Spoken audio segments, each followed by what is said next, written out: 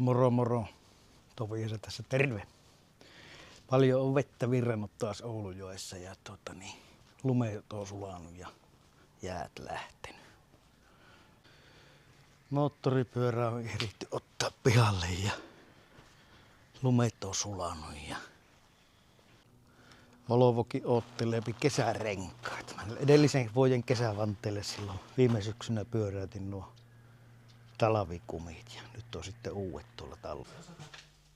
Siinäpä niitä ois. Budjettiluokan Kiinan renkaita, Road Marsin kitkat laitoin kesäksi. Niin. Halvimmat mitä sai. Ja ei se kitka haittaa siinä yhtään. Tässä on nyt poistellut näitä liimajäämiä sitten tämmöisellä toffeelaikalla. En ole ennen käyttänyt, mutta nyt sen ostin ihan sitä varten hommasin. Niin tuolta pitkät pätkät ja otinkin pois sitä. Niin hyvin tuntuu lähtevä. Tuossakin on tommonen tiukka suttura, niin pöläytetäänpäs pikku.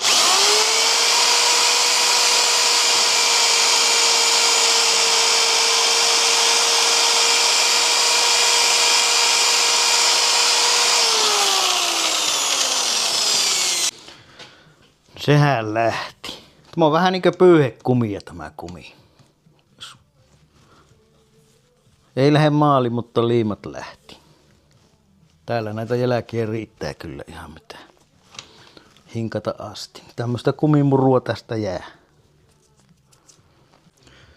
Tuossa olisi nuo viime syksynä käsitellyt oikein ruosteiset vanteet. Ei ole vielä pesty, mitkä kiiaa silloin syksyllä käsiteltiin. Fosforihappohan niihin vejettiin. En poistanut irtoruosteita.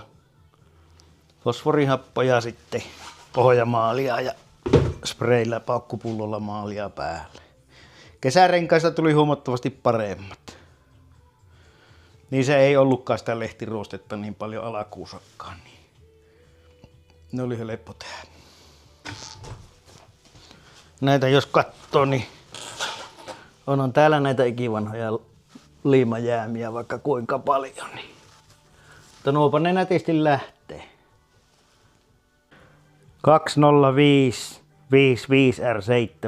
95H ja on vuoristosymbolit ja lumihiutaleet. Niin tapauksessa saa ajaa talvella. Extra loadin, niin saa ajaa luijaakin. Joo, nyt kun ne kumit on hinkattu puhtaaksi, niin tommonen muutenkin kävi jo nuo puhistavalla vahalla läpi, mutta nyt kun sain nuo liimatkin noista pois, niin otetaan kerran vielä pikkusipasut, niin ei sitten paska tartu kiinni. Ja tuosta vähän pistetään, niin tulee liukas pinta, niin pysyy paremmin puhtaana eikä näytä niin pahalta.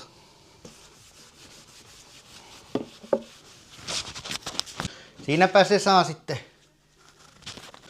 rauhassa tekeytyä ja kuivaa, niin mä jyssään nuo kaikki ja levitän niihin cleaneriä, hinkkaa vähän ja kiillotan sitten lopuksi kaikki urakalla, niin eipä siinä paljon kiillottamista olekaan sitten.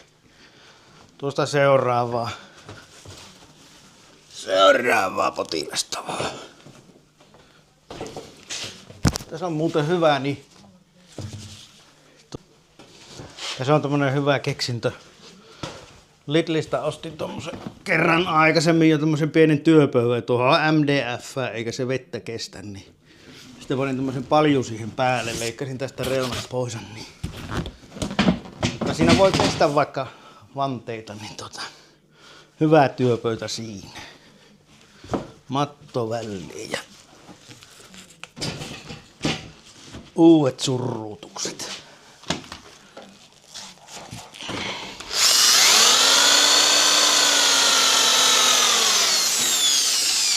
Tämä hommanpä mä teen näille kaikille.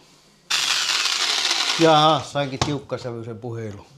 Täällä tässä syömään. Tosiaan niin asetonilla ihan tästä viimeiset sitten vielä. Kun on kumilaikallakin jo ajellut ja sen päälle sitten vielä vahaa. Niin tämähän poistaa kaiken rasvan ja pannaan sitten vahaa siihen, niin lähtee paremmin. Niin, no miksi se Mersu sitten tuossa seisoo? Sehän on kesäauto, mutta se itse poisti itsensä liikenteestä. Tuolla on pohja märkänä jäähdytysnesteestä. Jostakin se rupesi vuotaa nestettä. Pari kertaa lisännyt siihen vähän ajan sisään litran nestettä. Se aina häviää sieltä. Niin. Täytyypä tutkia se sitten. Ja samalla katsoa se lämmityslaitteen lisää esilämmitysvastus sieltä, että saataisiko se pelaamaan vielä, kun se ei toimi. Jaa, se olisi niin viimeinen pari uunista ulos.